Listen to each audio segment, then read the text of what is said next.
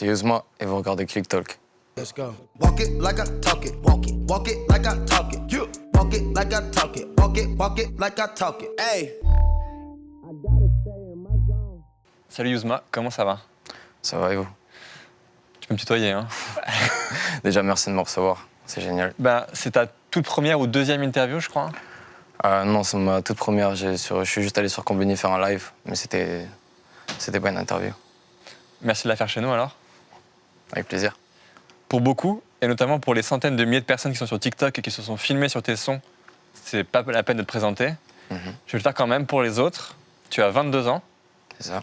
Tu sors un projet qui s'appelle Yuzma, qui est très très bien produit, très très bien écrit, avec un univers graphique très léché. On va en parler. Merci. Tu viens de Perpignan.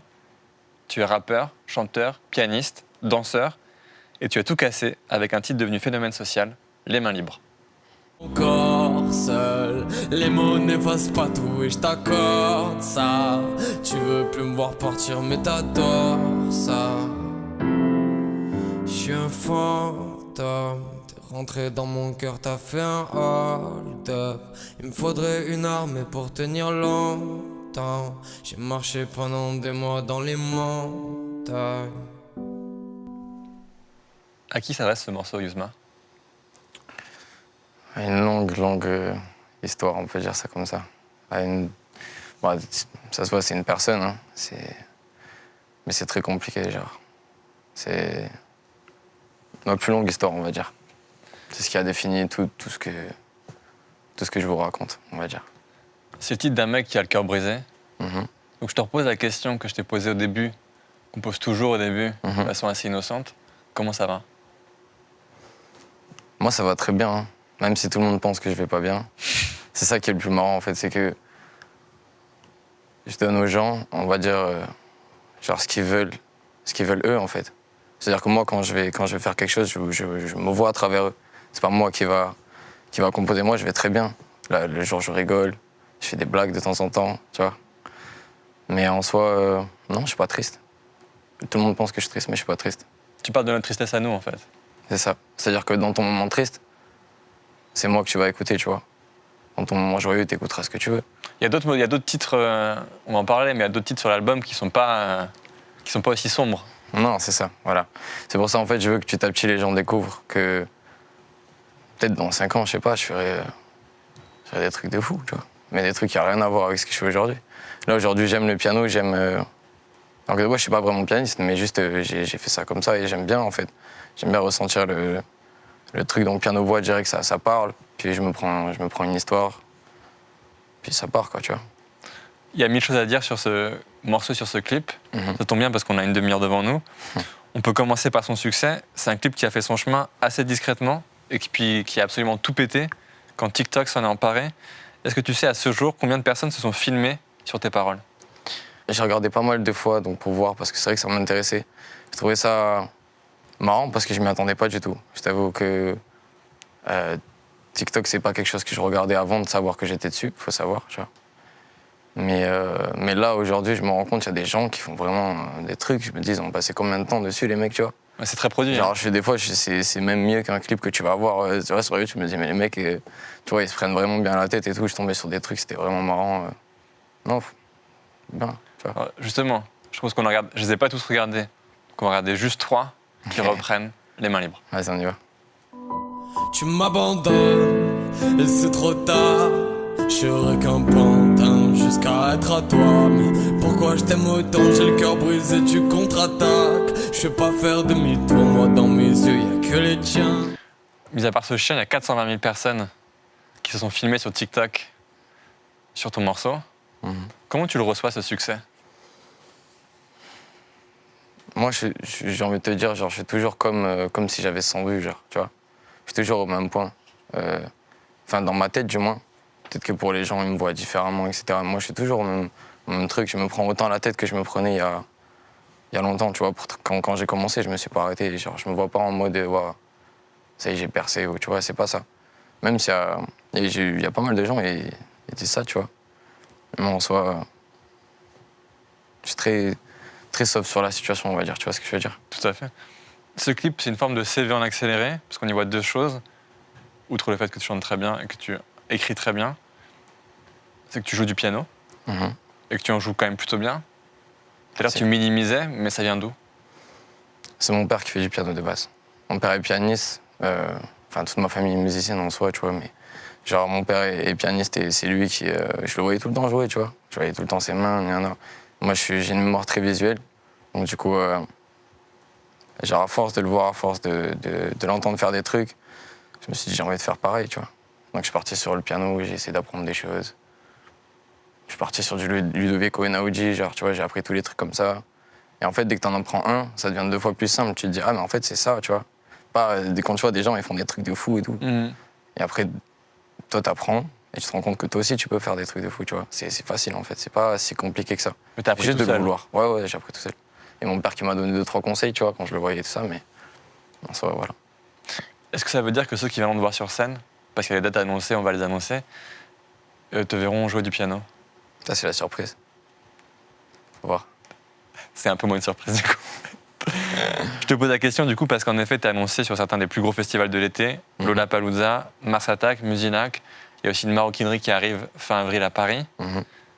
Alors la maroquinerie c'est autre chose, mais pour ces festivals, c'est des très grandes scènes avec un très grand public. Toi, tu es un très jeune artiste. Mhm. Comment tu t'y prépares? Bah, faut savoir que j'adore la scène. De base, c'est un truc genre. Je préfère 4 fois faire de la scène que faire un son en studio, tu vois. Même si je sais qu'il faut vraiment passer par là, sinon. Voilà, c'est pour ça que j'en ai fait, mais. En soi, la scène, c'était mon truc de base avec la danse, tu vois.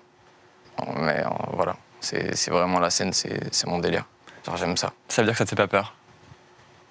Je dirais pas que ça me fait pas peur parce que ça ferait vraiment prétentieux de se dire, vas-y, on va arriver devant 30 000 personnes, je connais pas, tu vois, mais. Non, c'est pas que ça me fait pas peur, c'est juste que vu que j'aime ça, je me dis, ok, j'ai peur et tout, mais vu que j'aime ça, c'est cool. Tu vois, c'est cool d'avoir peur au final, sur certains points. C'est le meilleur des moteurs, ouais. C'est ça. Plus t'as peur, plus tu arrives. Et là, au moment où on se parle, c'est-à-dire mi-février 2020, ta plus grande scène, c'est combien de personnes? Je pense que ma plus grande scène, que tu parles en danse, ça dans toute, Ouais, la plus grosse affluence à laquelle tu as fait face? je dirais 1500 personnes, peut-être, un truc comme ça. Du coup, la maroquinerie qui arrive là, le 25 avril, ça va être ton premier concert? Non, j'ai déjà fait un concert à la Marbrerie avant. C'est presque pareil, mais. C'est à Montreuil. Ouais, c'est ça. C'était bien? Ouais, franchement, c'était bien. Les gens étaient super réceptifs et tout. Pour un premier concert, je pense que je pouvais pas rêver mieux, tu vois. C'était vraiment top. Il y avait toute mon équipe. La Uzi House, que j'aime de tout mon cœur d'ailleurs. Plein de trucs. Il y avait tout le monde.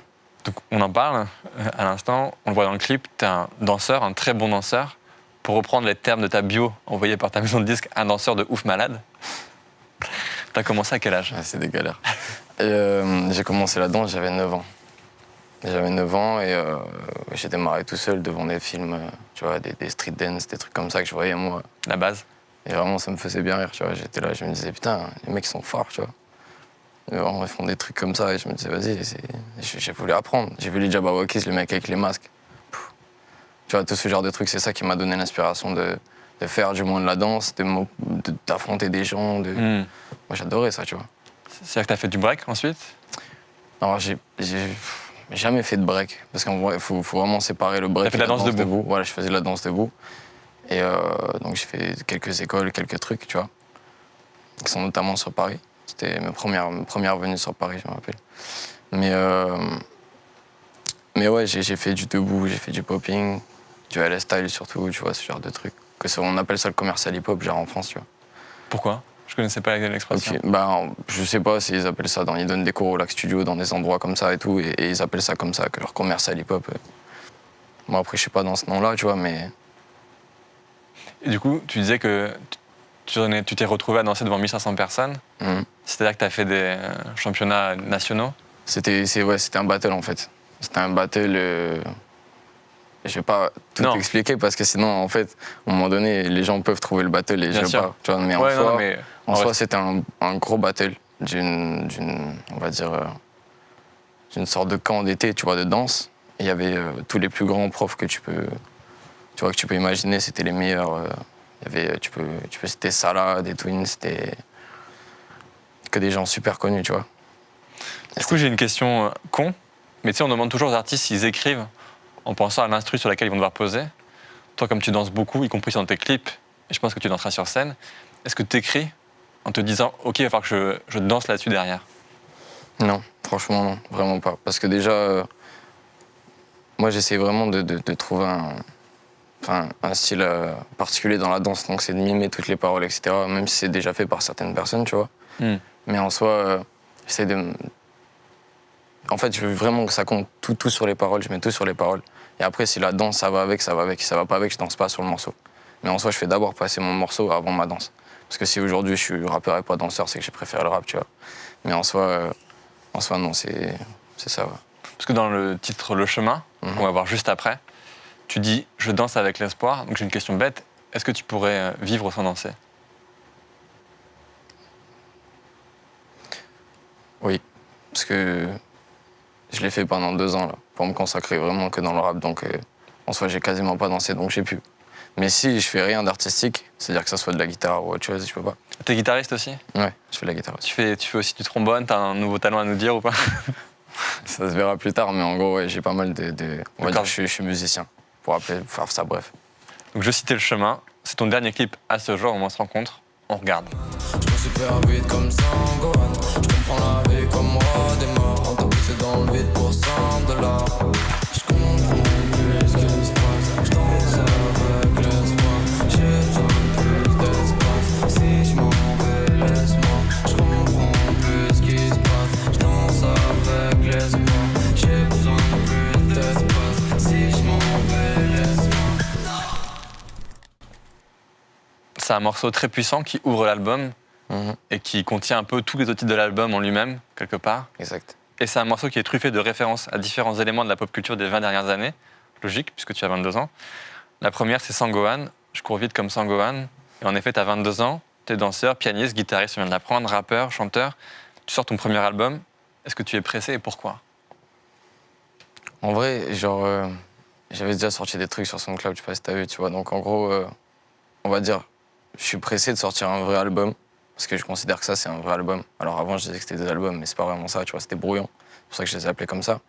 Mais je dirais pas que je suis en mode, wow, je vais sortir un album et tout. Je suis en mode toujours, encore une fois, soft, sur le fait de me dire que faut pas que j'en attende trop. C'est mon premier album, j'arrive tranquille, je suis personne encore, faut que j'aille doucement, tu vois.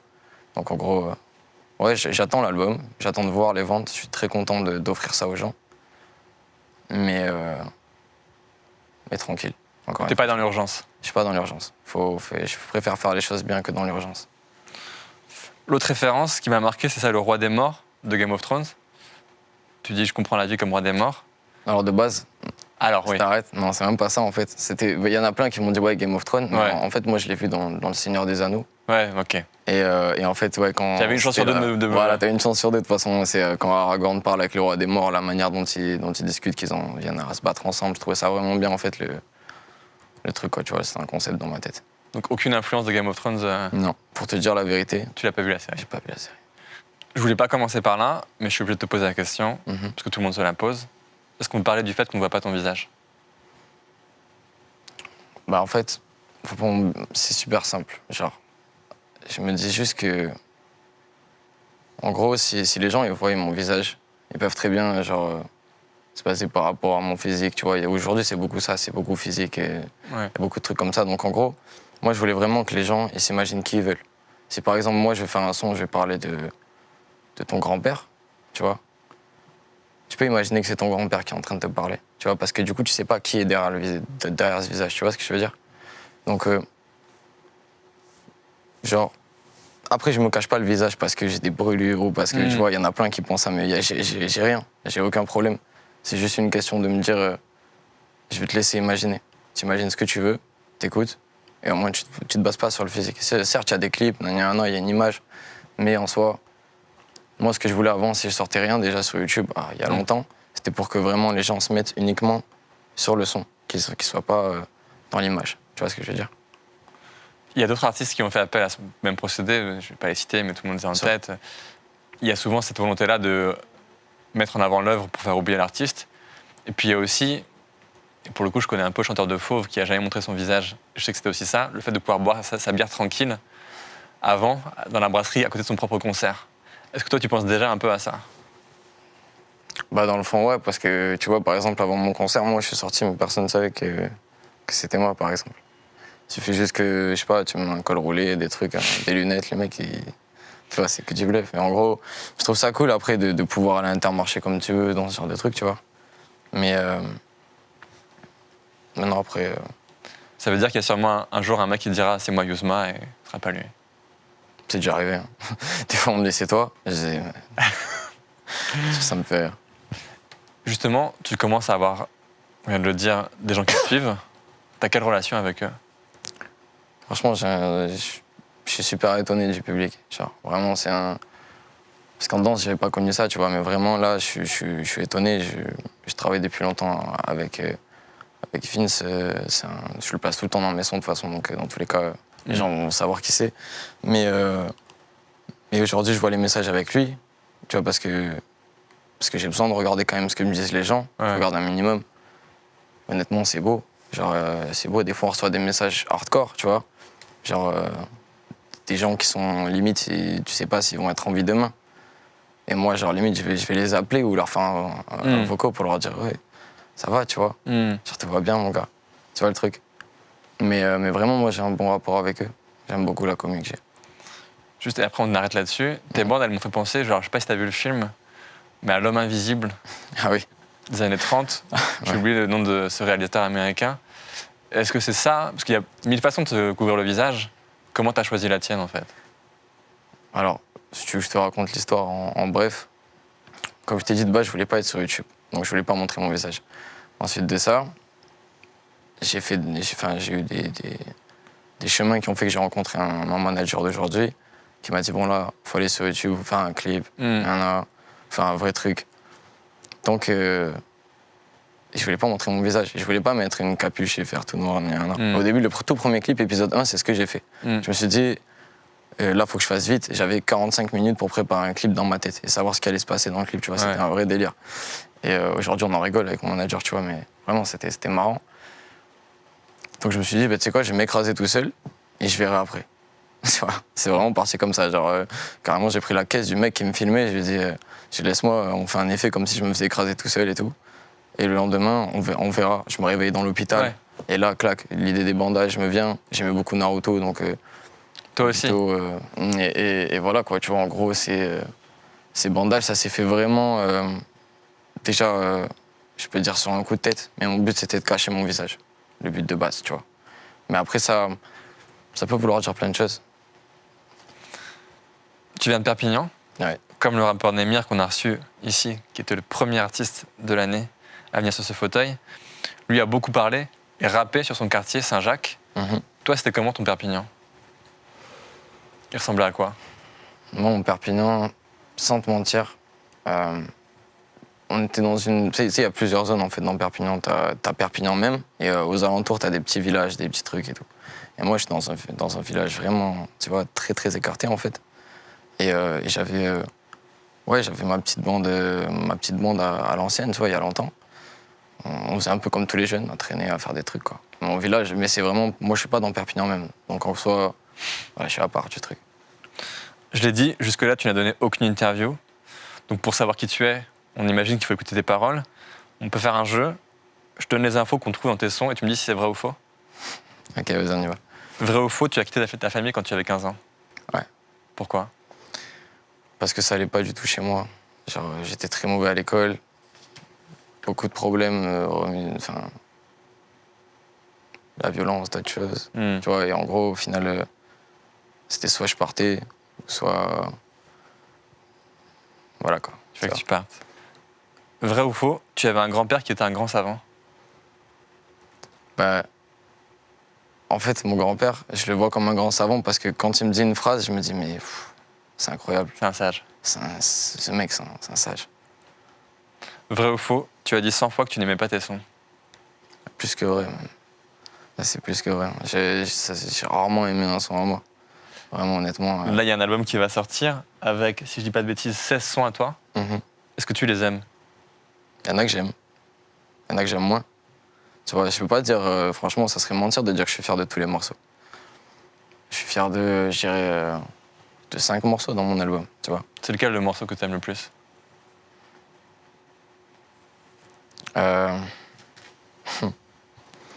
C'est compliqué, j'hésite entre Mer, parce que c'est un morceau qui me tient à cœur et j'adore l'interpréter. Et Danse endiablée, qui est un morceau super bien construit d'ailleurs par Nicolas Segui qui m'a aidé à la compo du truc. C'est terrible, c'est un morceau que je préfère. Vrai ou faux, s'il faut gagner de l'argent, tu feras de la pop. Vous êtes pas prêts?